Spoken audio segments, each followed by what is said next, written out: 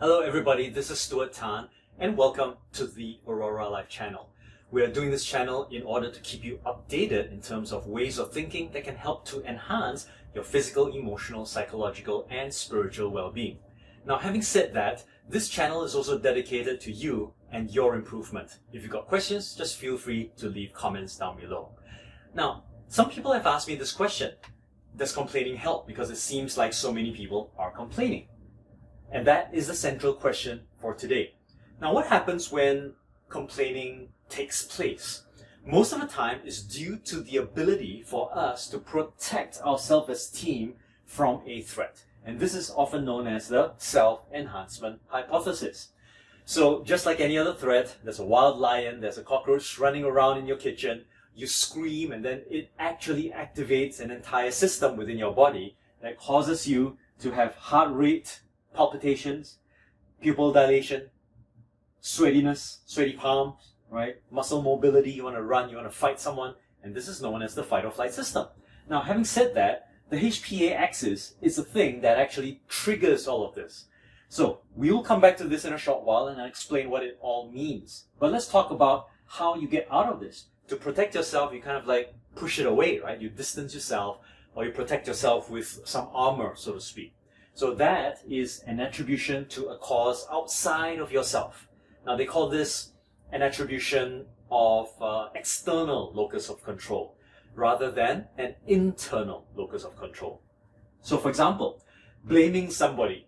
If it was your fault but you decided to blame someone else, you're really protecting your self-esteem. Even though, as we think about it, it might actually be beneficial to, in a sense, blame yourself and to accept the responsibility for your failure so that you can learn from it. But very few people actually do that. So, blaming, in Tesser 2001 in the Journal of Psychological Science, he actually found that affect transfer, in other words, transferring the negative feeling to somebody else or the cause of it to somebody else. For example, a person who has done his degree in 10 months less time than you did comes and, flags his certificate in front of you. And if that happens, you might have a sense of negative self-esteem. But as you're feeling this anger, maybe you start thinking, my goodness, it's because I've got to do so much work and it's my boss's fault. So you've just effectively transferred that anger away from the person who flagged his certificate in front of you to your boss, who's been keeping you back and keeping you late, right? So that's blaming. This, however, causes us to create distance from the reality of the situation, which is ownership. It creates distance. But it propagates a temporary sense of well-being. And as a result, if the threat doesn't happen again, it's okay. You've kind of like created that distance. However, other defense mechanisms may actually kick in. Things like seeking revenge. Now, what's very interesting is I've spoken to a number of people on the topic of forgiveness, and they feel that it's wise not to forget. Forgive and not forget, so to speak. While logically it makes sense, from a whole person perspective, this whole idea of seeking revenge is based on status, according to Aquino, Tripp, and Bees in the Journal of Applied Psychology 2001.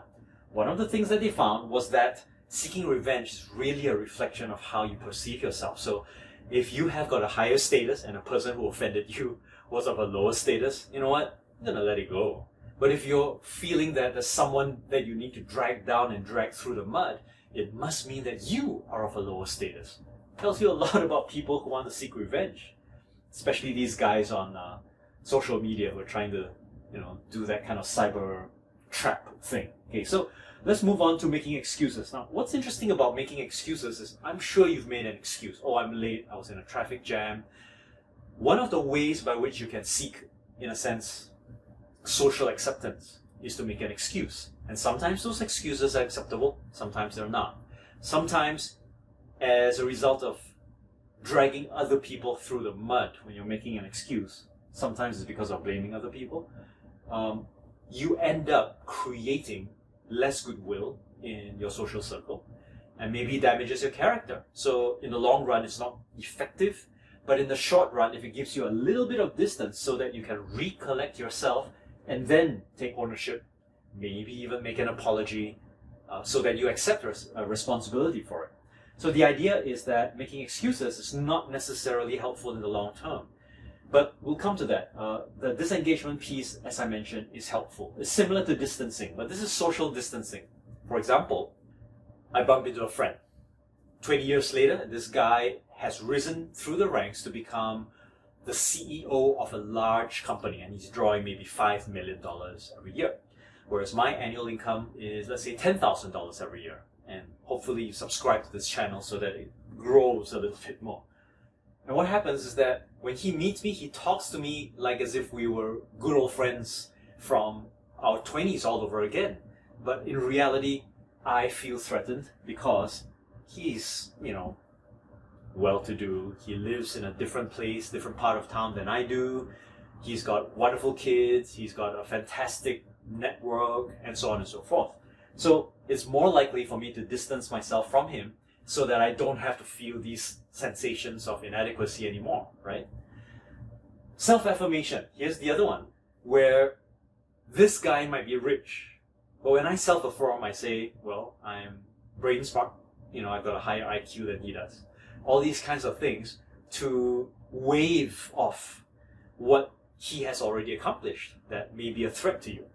So this kind of self-affirmation also creates that distancing and creates a sense of false well-being. Now, guys, I'm not sure whether you realize this, but the more you go into this cycle, you're going into a vicious negative cycle because threats will always exist, right? If you want to be constantly threatened, all you need to do is stop taking responsibility, stop taking ownership for anything that happens around you. In fact, what's interesting is I've seen some people who take ownership of things which they are not directly responsible for, and they end up learning something anyway. Now, this whole mentality of learning comes from an understanding of people's perspective. So let's say I was offering a $10,000 training program, a boot camp, or some kind of a coaching course, and I offered it to a group of people. There are going to be two groups of people. One with a fixed mindset, the other one with a growth mindset. The fixed mindset people will probably go, oh my gosh, Stuart is talking way above my capability. It makes me feel stupid, So when he tells me to sign up for the course, I'd rather distance myself from it. Get it? Conversely, those who are in the growth mindset, they're going to be interested in learning. They say, wow, learning from Stuart's awesome. He can plug my gaps and I'll be able to move forward in life. That's great. Where do I sign up? How many people can I sign up for, right? This is a classic case of the fixed and growth mindset by Carol Dweck, who did her longitudinal research in 1986 all the way till 2006 in a landmark book, Mindset, the Psychology of Achievement. Now, I'd like you to go read that book and familiarize yourself with some of this content because it's quite fascinating.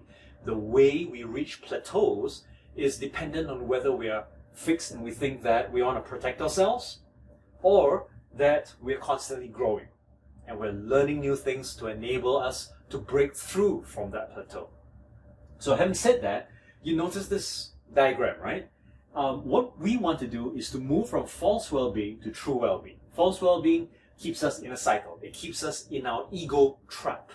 Whereas ownership always liberates us. I can believe that I'm responsible for the carbon footprint I'm leaving, and as a result, stop using some of these things. Straws, for example, paper plates or whatever. And I could make a difference. I'll learn something about it and I'll reach well-being. Perhaps I'll find that as I take ownership, I'll be learning new things about myself. So, maybe the threat of that degree is not as important to me as it used to be anymore. So it's important, therefore, for us to take a look not just at the schematic, but let's come back down to our well-being here. Since the brain activates the pituitary gland that then signals to the adrenals to release these chemicals, actually, you can cut it short over here, right over here. You can literally stop it in your brain. When you receive something inside your mind, there's an opportunity there where in neuro-linguistic programming, we call it detection of the trigger. Once you know what that trigger is and it bothers you, you utilize a form of self-affirmation to create mental distance but accept responsibility for better and more effective behaviors to be carried out at that point of time. So for example, if I really truly was bothered by the fact that this friend of mine had a degree earlier than I did. Inside my mind, I can prepare myself and go, well, 10 months is not bad, good for you. And I rehearse that behavior. And I acknowledge that he can be a motivational source for me now. Now, what does that do to this person? That person is elevated and at the same time doesn't make me small. That person might actually encourage me.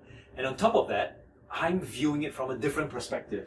The learning mindset, the growth mindset that allows me to take a look at a role model and to strive towards the same direction.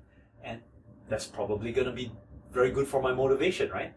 So as a result, my friends, I'd like you to think about anybody who's attributing the cause outside of themselves. They might think that they've been passed over for promotion because of scandalous things happening inside the office. They might be thinking that they should have had this favor returned by a friend, even though it shouldn't have been expected. Perhaps there was something that happened and you felt a betrayal from someone or whatever it might be. This attribution to cause is going to create a false or fake well-being. Instead, I ask you to enjoy the company of your own mistakes and just take ownership over it. In fact, it's going to save you a lot of long-term misery. You just move ahead and seek ownership. So if you like this video, what I'd like you to do is to click the subscribe button, like on us, and share this video with some friends. At the same time, I look forward to seeing you in subsequent videos.